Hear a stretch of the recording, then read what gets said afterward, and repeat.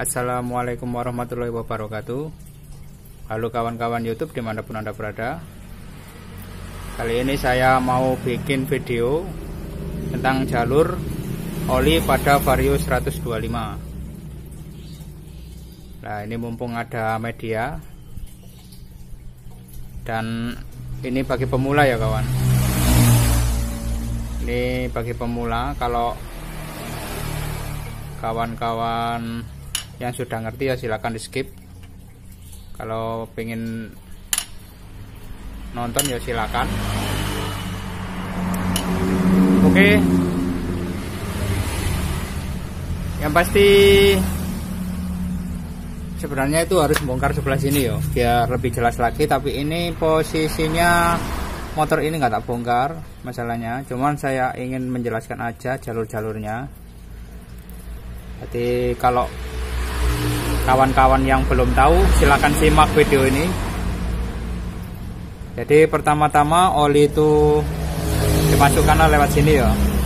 Jadi oli menggenang di dalam sini, di dalam mesin sini.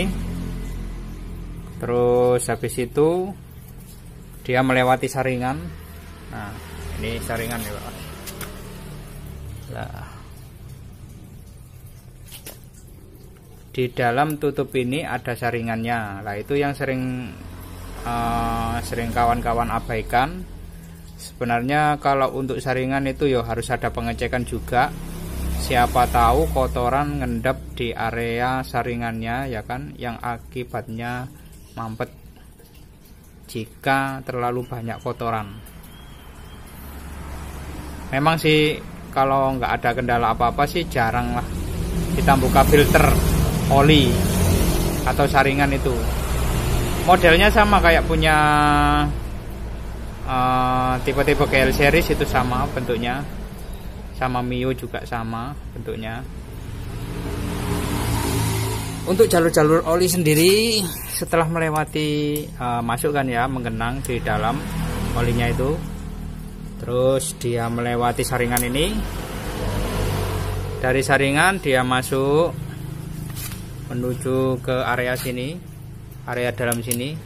Itu ada apa namanya, pompa oli di sini, diproses ya kan, ditekan, akhirnya keluar lewat sini.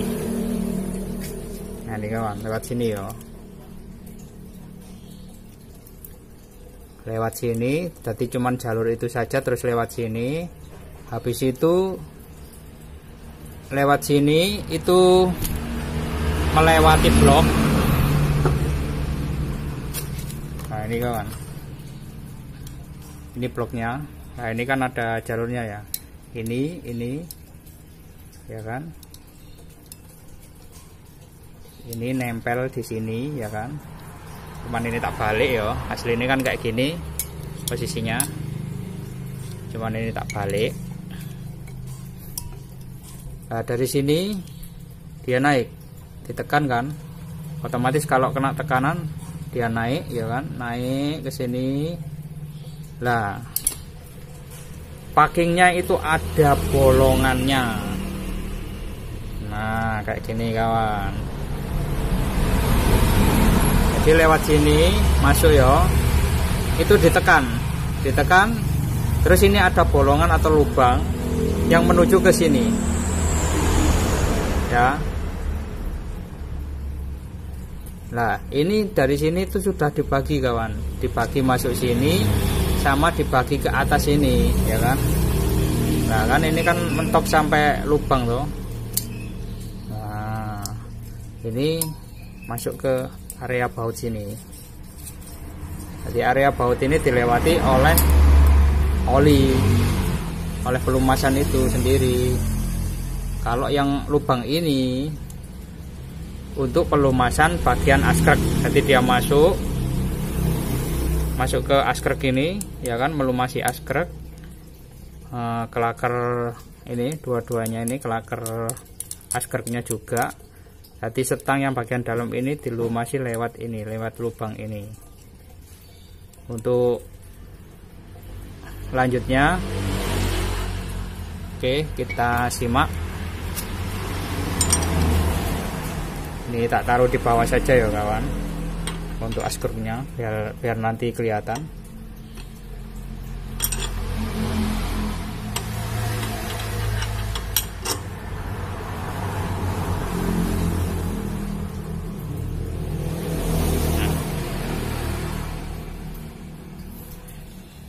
Oke, semoga saja kelihatan ya kawan.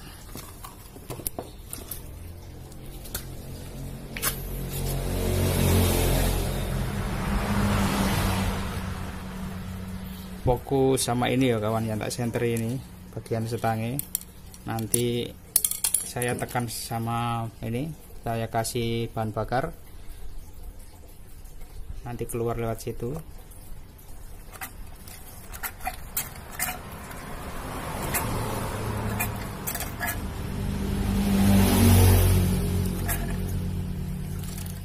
Tuh kan kawan, masuk tuh.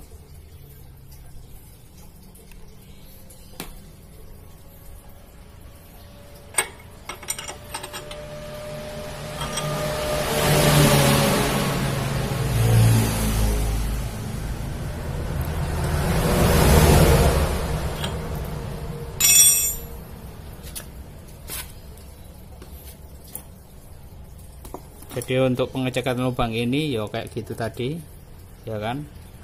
Ini wajib jalan ya kawan, jangan sampai sini itu mampet, dikarenakan ini untuk melumasi bagian stang ini ya kan, sama klaker askrek. Habis itu dinding boring bagian dalam lah, yang melumasi itu ya lewat lubang ini kawan, jalurnya gitu. Jadi seandainya ganti piston baru oversize lanjut, itu kawan-kawan benar-benar harus cekin bagian ini ya kawan, jangan sampai nggak keluar oli, karena pelumasan bagian piston itu cuma di daerah sini gitu loh.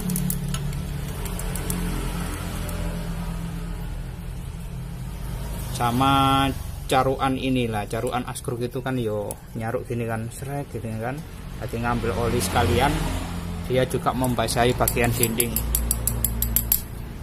dinding boring bagian piston. Nah, semoga kawan-kawan mengerti untuk jalur yang menuju askrek ya. Jadi pastikan kalau oversize lanjut atau ganti piston itu usahakan harus benar-benar dicek bagian oli ini, ya kan. Jalur oli itu penting kawan. Kayak apa namanya, intinya itu pokoknya dia masuk terus lewati askrek ini harus basah. Kalau nggak basah ya wis alamat, nanti bakal pistonnya itu baret lagi gitu loh, dindingnya nggak kena pelumasan gitu. Habis itu sekarang posisinya kalau sudah di sini itu ada lagi, dia menuju ke sini kawan. Oke, biar jelas. Nah, dibagi lagi, dia menuju ke atas, masuk ke area sini ya, masuk ke area sini ya kawan. Nah, posisinya kan kayak gini ya, masuk ke dalam sini, lewat sini, habis itu oke. Nah, habis itu diteruskan lagi ke silinder kop. Tadi tetap lewat lubang ini, lubang apa namanya, baut ini, baut apa ya, tusuk sate namanya, kalau baut sunduk ngarani bahasa Jawa nih. Dia lewat sini, terus habis itu keluar lewat sini kawan. Nah, keluar lewat sini ya kan. Habis itu diteruskan lagi, berlanjut, continue, masuk ke sini. Nah, masuk ke tutupnya ini kawan. Nah, masuk ke tutup ini kan ada lagi lubang ya kan. Nah, ya kan, lubangnya itu miring kawan. Jadi masuk ke sini ya kan, masuk ke sini lagi, habis itu keluar ke sini, keluar ini kawan. Ini posisinya itu miring sini kawan, jadi menjorok ke dalam. Sasarannya adalah ini kawan, sasarannya adalah noken as ya, noken as, bagian noken as sama batang klepnya ini. Nah, temler juga. Nah, itu sasarannya untuk pelumasan bagian atas ini, bagian tutup ini. Makanya dibuat agak miring ke sini kawan ya. Jadi miring ke sini. Posisinya itu miring kayak gini, lubangnya itu. Biar ini terkena semua pelumasan gitu. Jadi kalau untuk jenis grand kan lewat noken as ya. Ini enggak lewat sini kawan. Jadi usahakan jangan sampai mampet lah. Terus ini juga biasanya itu banyak terjadi kerak bagian sini. Itu kalau bisa pemasangan itu digosok dikit lah kawan, dihaluskan. Nanti biar aliran lancar. Kalau aliran oli atau aliran pelumasan lancar, wis bakal awet kawan. Terus jangan lupa untuk penggantian oli setiap kalau saya sih anjuran saya sih 2000 sampai 2500 km itu harus ganti ya. Tergantung pemakaian, tapi memang seharusnya itu kita nggak bergantung pada bulanan kawan. Kan banyak kawan-kawan itu yang tanya itu kalau penggantian oli itu berapa bulan sekali lah. Itu saya nggak menganjurkan sebenarnya untuk berapa bulan, itu tergantung pemakaian. Jadi motor itu kita pakai berapa kilometer lah, acuannya itu kilometer kawan, acuannya kilometer. Karena sering terjadi kayak gitu kawan, oh baru 1 bulan tak ganti kok udah oli itu udah habis, padahal sudah melewati dari target tertentu gitu loh. Jadi seandainya 2500 selama 1 minggu, motor itu pemakaian sampai 5000 km lah ya kan, itu yang jadi masalah. Tadi kita nggak bisa untuk acuan berapa bulan kita harus ganti. Seandainya motor nggak pernah dipakai ya kan, walaupun 1 bulan ya tetap gini kawan gitu loh. Karena kan memang ketentuannya itu kilometer kawan, bukan hari, minggu ataupun bulan gitu loh. Jadi yang paling penting memang oli, meskipun nggak servis motornya, yang penting oli. Jangan sampai habis atau jangan sampai telat untuk penggantiannya, oke? Biar motor tetap sip, tetap awet. Jadi jangan acuan pakai itu yo, hari, bulan atau minggu atau terserah pokoknya gitu. Pokoknya intinya acuannya itu tetap kilometer lah. Bang, kalau kilometernya mati lah, itu yang repot kawan. Memang kilometer itu harus nyala. Tujuannya kilometer, kita bisa melihat kecepatan motor, juga bisa memprediksi atau bisa memberi sinyal pada kita waktu penggantian oli gitu loh. Oke, semoga kawan-kawan mengerti untuk masalah jalur oli ya kawan ya. Jadi intinya itu oli itu dibagi 2, sini sama masuk ke bagian silinder kop. Seandainya sini mampet yo, seandainya sini mampet, terus yang bagian atas ini nggak mampet, yang kena pelumasan itu cuman bagian noken as. Yo bakal yang rusak yo bakal ini bagian setang, klaker askrek sama pistonnya, biasanya gitu kawan. Karena kan sudah ada batas piston ya, jadi kan oli nggak bisa keluar gitu. Seandainya oli bisa naik ke bagian, terkecuali ya kawan, terkecuali itu memang apa namanya, bir piston ya kan. Bir piston itu sudah lemah lah, itu terjadi kebocoran, akhirnya kena tekanan ya kan, oli itu kena tekanan di sini gitu loh, akhirnya merembes, bisa keluar masuk ke pembakaran. Nah, jadi intinya kalau ini seandainya mampet ya otomatis yang kena pelumasan ya cuman bagian noken as, temlar sama klep. Habis itu sebaliknya juga, seandainya yang atas mampet ya, yang awet ya cuman bagian ini apa namanya, piston. Nah, nanti yang akhirnya bikin suara kasar itu gitu loh. Oke, semoga kawan-kawan mengerti dan selesai di atas ya kawan ya. Seandainya kan habis di sini ya kawan ya.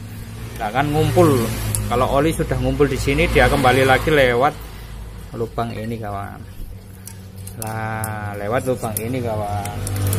Gitu loh.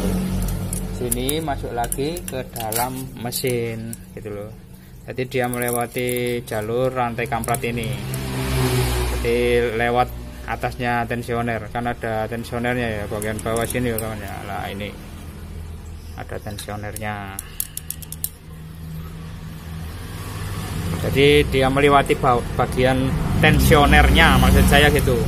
Jadi bagian bawah tensionernya dia masuk ke sini lagi gitu, kembali lagi, diolah lagi, terus berputar, dipompa lagi, masuk lagi ke sini, terus kayak gitu.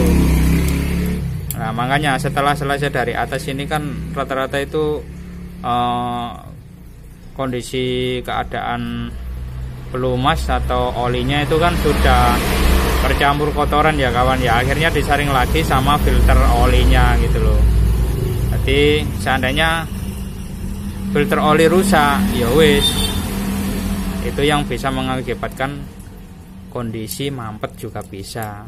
Soalnya sebelum pompa oli itu ngepres banget kawan. Jadi seandainya ada kayak kerikil dikit ya masuk ke situ, itu bakal bakal ngerusak lah kawan, intinya gitu, bakal ngerusak bagian pompa oli juga gitu loh. Makanya kalau bisa itu berapa kali 2 kali atau setiap kali sampean ganti oli itu cek bagian filter bensin, bagian filter oli ya, itu penting banget kawan. Oke, untuk pengetesan kali ini saya kasih oli, sudah saya kasih oli bekas ya, bekas tapi masih lumayan. Jadi saya coba cara ngetesnya itu kayak gini kawan. Apakah ini keluar atau tidak ya, harus tetap kita tes. Ini kan Vario 125 ya, kalau posisinya setangnya itu kayak gini.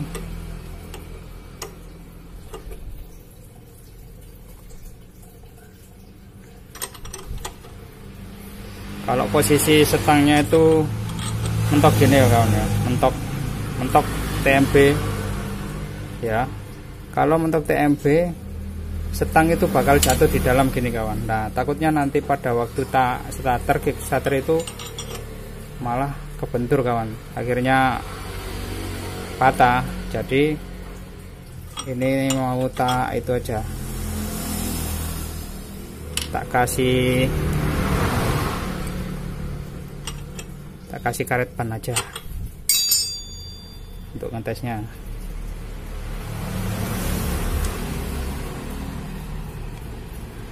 Bentar ya.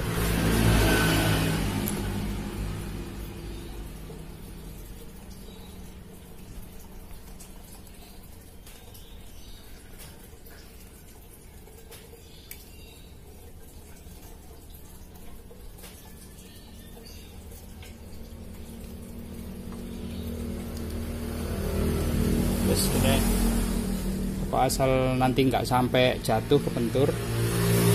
Nah untuk pengetesannya ini saya kasih sini aja.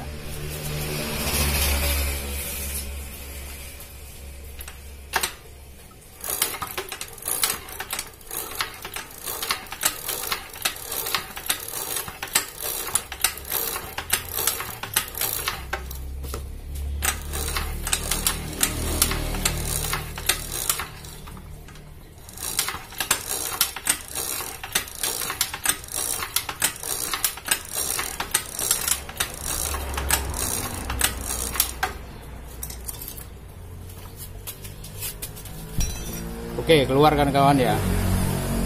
Nah, saya bikin alat sederhana yo, asal pokoknya ini nggak jatuh yo, terus nggak sampai bentur ini bagian crankcase. Biasanya kan sampai bentur ya, gitu kan kalau di starter. Jadi saya mengurangi tekanan pada ini yo, biar nggak nyapluk lah. Kalau nyapluk kan bekas akhirnya ya. Oke, gitu cara ngetesnya. Jadi kalau ini sudah keluar ya wis, ini ngetesnya ya kayak tadi gitu kan. Jadi dikasih, kalau bisa itu pelumas saja nggak apa-apa. Ini saya nggak punya pelumas, cuman ada bahan bakar ya wis seadanya itu. Pokoknya tak semprot, tak kasih tekanan sini. Ini sudah keluar ya wis, gitu aja. Kalau untuk urusan dalam ya pasti keluar gitu loh. Kalau ini sudah keluar ya pasti yang bagian dalam juga sudah terlumasi gitu. Oke, semoga video kali ini bermanfaat. Terima kasih kawan-kawan sudah dukung channel saya. Semoga tetap bisa berkembang terus channel saya. Dan biar semangat, kawan-kawan bisa bantu subscribe ya, atau bisa bantu share. Semoga video yang kawan-kawan saksikan ini bisa bermanfaat. Terima kasih sudah menonton. Wassalamualaikum warahmatullahi wabarakatuh.